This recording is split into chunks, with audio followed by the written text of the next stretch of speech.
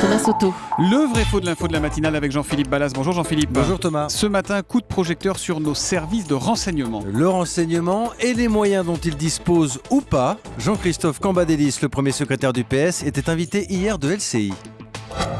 Nous avons augmenté les crédits qui avaient été supprimés. Nous avons multiplié par 2 les hommes qui sont postés sur le renseignement.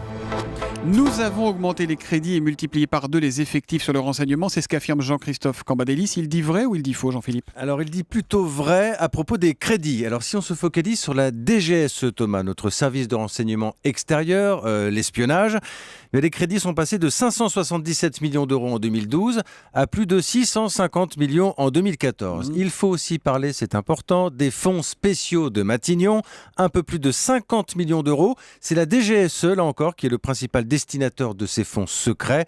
D'ailleurs, leur montant est souvent plus élevé que prévu en fonction des urgences des autorités. Mais les effectifs, est-ce qu'ils ont réellement augmenté ? Alors, ils ont plutôt augmenté, Thomas, mais pas forcément multiplié par 2, comme le dit Jean-Christophe Cambadélis.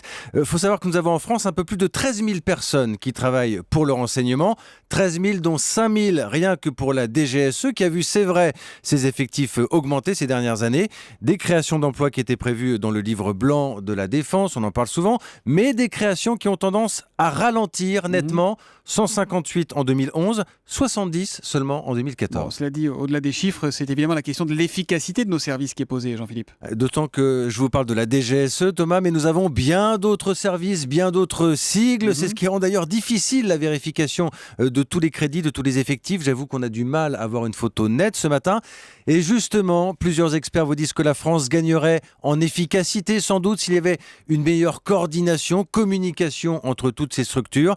Ils vous disent aussi, c'est intéressant, qu'à périmètre comparable, notre voisin, le Royaume-Uni, est mieux loti que nous. Plus de 20 000 personnes sur le pont, 13 000 en France, je vous le rappelle, et un budget là-bas qui a largement augmenté. Bon, en attendant, c'est plutôt un vrai pour Jean-Christophe Cambadélis quand il dit qu'on a augmenté les crédits et multiplié les effectifs sur le renseignement.